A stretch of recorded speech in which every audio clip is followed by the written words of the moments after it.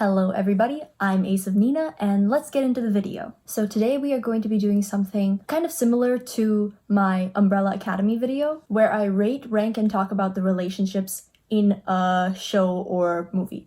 In this case, I will be talking about The Vampire Diaries. Now, I haven't really said anything about it on this channel, but I was a huge purveyor of supernatural media in middle school and high school, and fantasy is definitely still my soft spot and my go-to genre when it comes to watching something or reading something new. Twilight, Vampire Night, Vampire Diaries, House of Night, House of Nyx, whatever it was, I knew about it and I had read it. Anyways, while a huge part of what drew me to these stories was the plot and the world building that the authors did, another really big part that I liked was the relationships between all of the characters. So today I'm going to be talking about the romantic relationships, ship pairings of the Vampire Diaries. Keep in mind, this is not going to be an exhaustive list. If it was something like Jeremy and Anna, it's too short for me to care about for this video. If it was something past like season 5, if it was something that was past season 5, I'm probably not going to talk about it unless it involved a major character.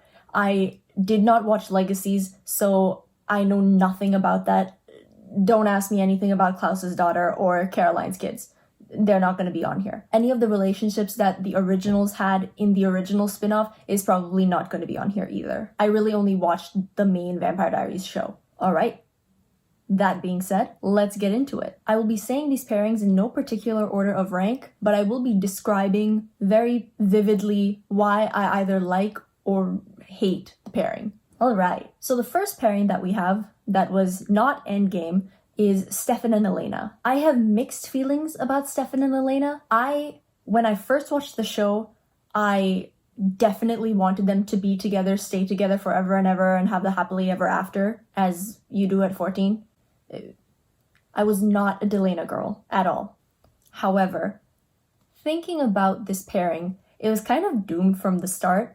Stefan really only gets into a relationship with Elena because she looks like Katherine. He's only initially even interested in her because he thinks that she might be Katherine hiding out in Mystic Falls as a human. And then he just doesn't tell Elena that Katherine is like previous ex-girlfriend who he thought tragically died, was a dead ringer for his new girlfriend. It's not a very good look, especially because he had already spilled the beans about being a vampire. So the fact that he didn't tell her about Katherine at that moment meant that she would have thought that all of the secrets would have come out then, and then he was still hiding things.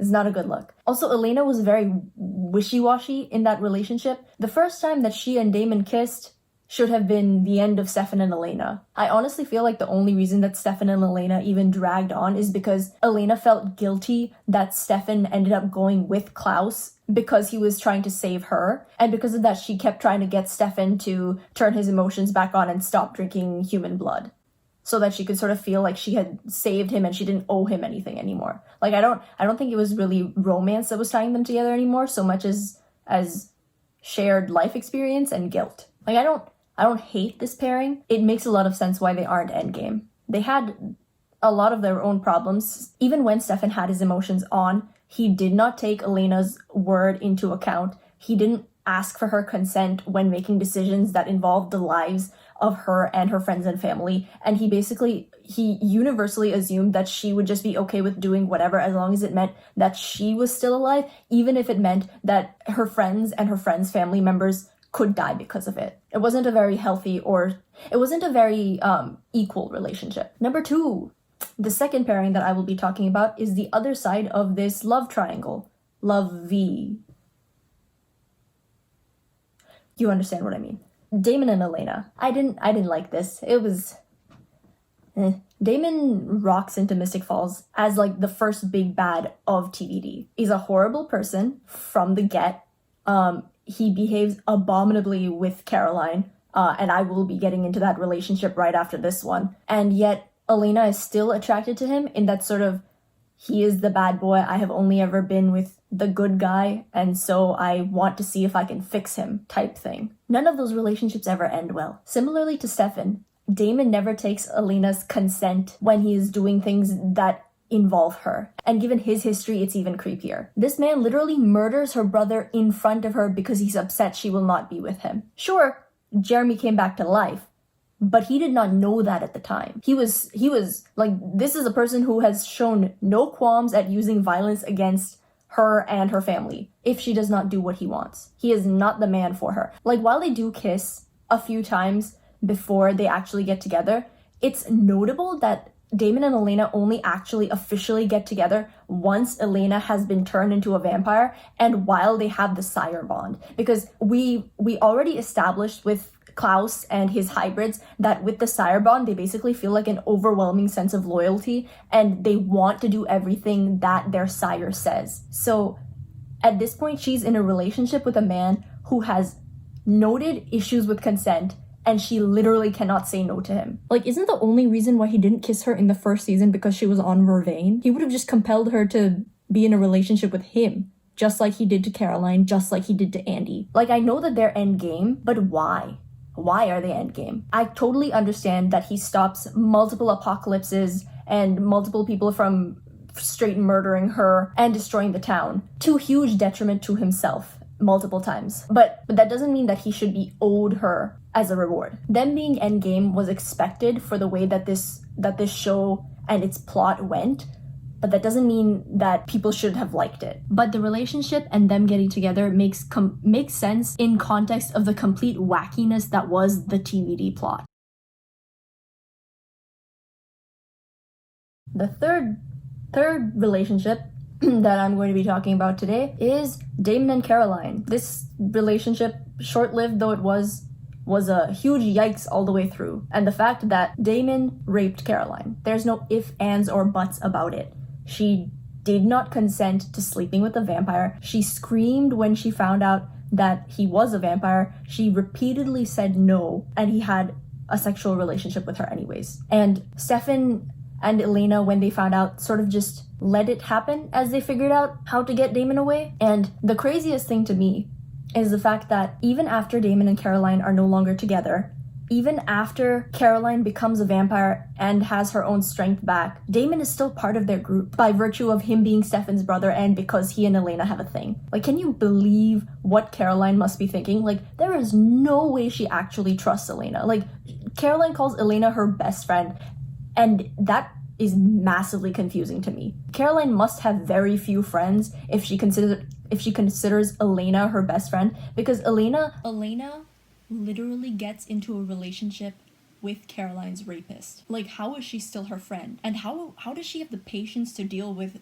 Damon's constant criticism and sarcasm and insults at her? The first time, if I were Caroline, the first time that he called her Barbie, he'd be dead.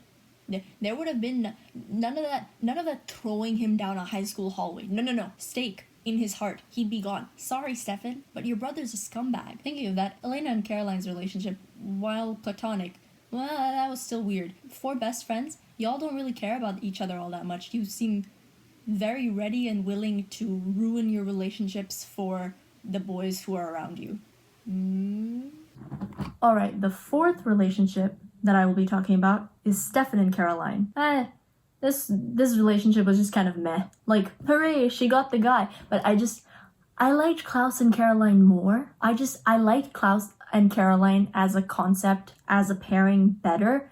And Stefan and Caroline getting together sort of just felt like they didn't know what to do with either of the characters. And so they were like, oh, hey, Caroline had a crush on him in season 1. Let's put them together. Stefan didn't get Elena, but I mean, he got Caroline. She's a good consolation prize. Like, it's not a bad pairing in the story.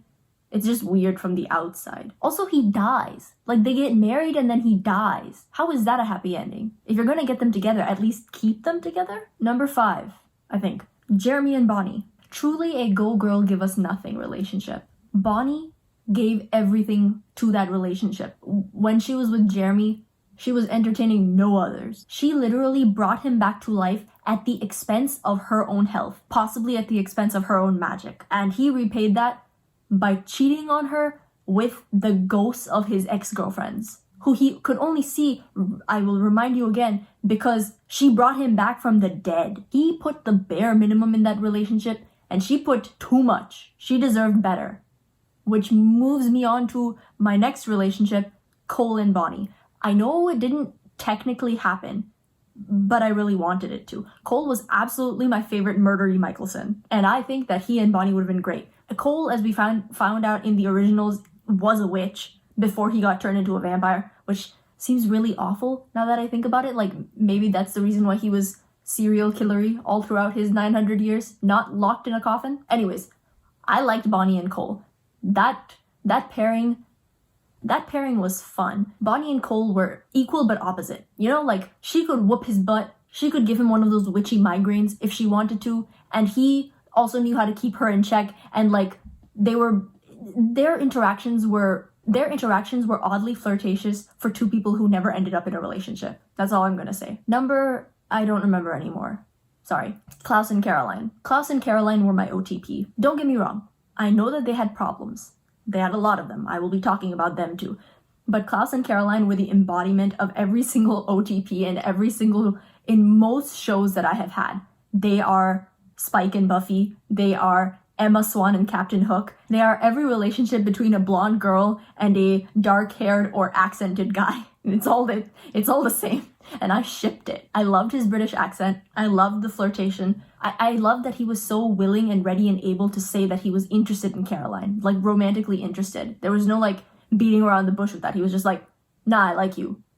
Like, I'm into you. Would it have been a healthy relationship? Would it have been a healthy relationship if they had ended up getting together when she was 17, 18 and he was 1,000? Probably not. It reasonably should have taken them until Legacies to actually get together. I don't know what happens in Legacies. I don't think that they get together, but I do know that they are together in the Genie timeline. So, like, in at least one universe, they did end up getting together. Caroline, as she was when she met Klaus, was not ready to be in a relationship with Klaus. And Klaus, even though he was interested in Caroline, was not ready to be in a relationship with Caroline.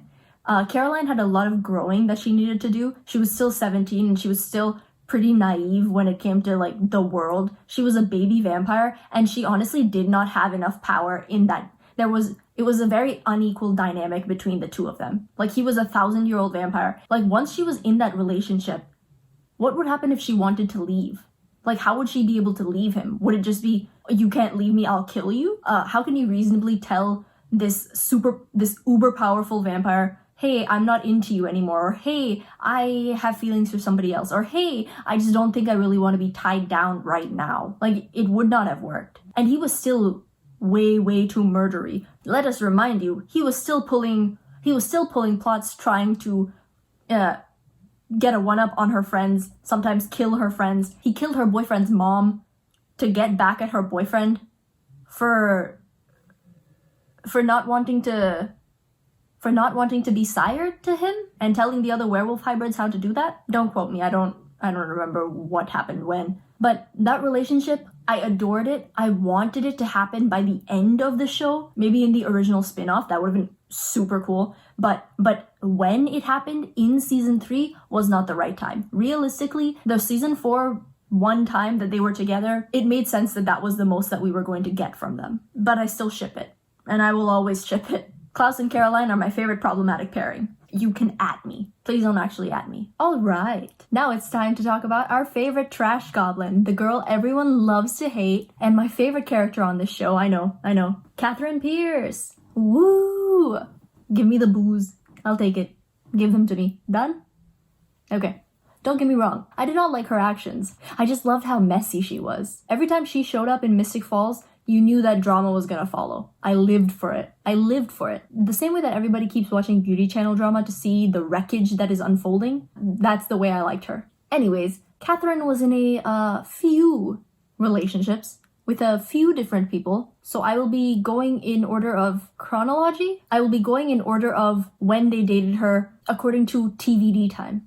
So, in order, first we have Klaus and Katherine. It wasn't really a relationship. He was lying to her and manipulating her in order to sacrifice her so that he could create hybrids. Like, he didn't care for her at all. He just wanted a sacrifice, and he hated her enough that even though he knew she was a vampire, he still continued chasing her for the next 500 years, even though his best bet would have just been to wait for another doppelganger. This is another tally for the cons chart of the Klaus and Caroline relationship. Like, if Klaus is going to do this to Katherine, who he doesn't like, absolutely 100% is he going to keep coming after Caroline if she decides to leave him. Like he is the ultimate yandere of this show. Yandere, if you do not know, is a term in Japanese manga and anime, which basically is like an obsessive possessive type lover, and most of the time they are uber creepy. Next person that Katherine was with was Elijah. This one was cute. Kind of liked it, actually. He went out of his way to find an elixir to save her life when Klaus was going to be sacrificing her, even though he didn't actually know if that would mean that it would mess up Klaus's plans or not. Ultimately, she had too many trust issues and she ended up not taking his elixir and taking the nuclear option and turning into a vampire. But it was still sweet. TVD shows that they're still drawn to each other consistently. Katherine and Elijah keep meeting and like having kind of relationships, having quasi relationships. But at the end, when Katherine is dying of old age because she was force-fed the cure, he doesn't show up. Klaus takes the time out of his life to come to Mystic Falls and gloat that she's dying, and Elijah is nowhere to be seen. Unless he was daggered and in the coffin, I don't understand why he wasn't there. Sure, she wasn't permanently dead, but like, you owe her that much. Third and fourth relationships were the Stefan, Katherine, Damon situation. Stefan and Katherine has the same issue as Damon and Caroline. He did not consent to any of that. He was compelled the entire time. She's weirdly fixated on him, probably because she knew that without compulsion, he was not attracted to her. She's fixated on him not as a romantic interest, but as an object that she once had in her possession and she wants back. Like, she just doesn't like that he is with somebody who looks like her and likes her better. Her and Damon it was not as bad as her and Stefan, in that he wasn't compelled, like he knew the entire time. But at the same time, she wasn't interested in him. She was just playing him for kicks. Like, for literal kicks. Like, she let the both of them think that she was trapped in Mystic Falls in that cave when she was alive, having a grand old time. Running from Klaus, yes, but like, living up life. And Damon was there trying to figure out how to get the love of his life out of that cave. She even said it was always Stefan for her. Does not excuse any of Damon's issues, but it was still awful. I've given up. Alaric and Caroline. Ew. This one was weird. Like, aren't they only together because Caroline is accidentally giving birth to his babies? Like, do they like each other beyond platonic friendship? And hey, you are my child's other caretaker? Like, because Stefan died right before this. There's no way that Caroline was ready to move on from the love of her life to Alaric. I don't buy this relationship. And that is all of the big pairings that I can think of. Let me know in the comments down below if there are any big pairings that you really liked or really hated in particular that I forgot to mention, and we could talk about them in the comments. If you liked this video, please make sure to like. If you want to see more of my content, subscribe and then hit the bell for notifications when I post a new video. I post 1 to 2 new videos every week. Bye!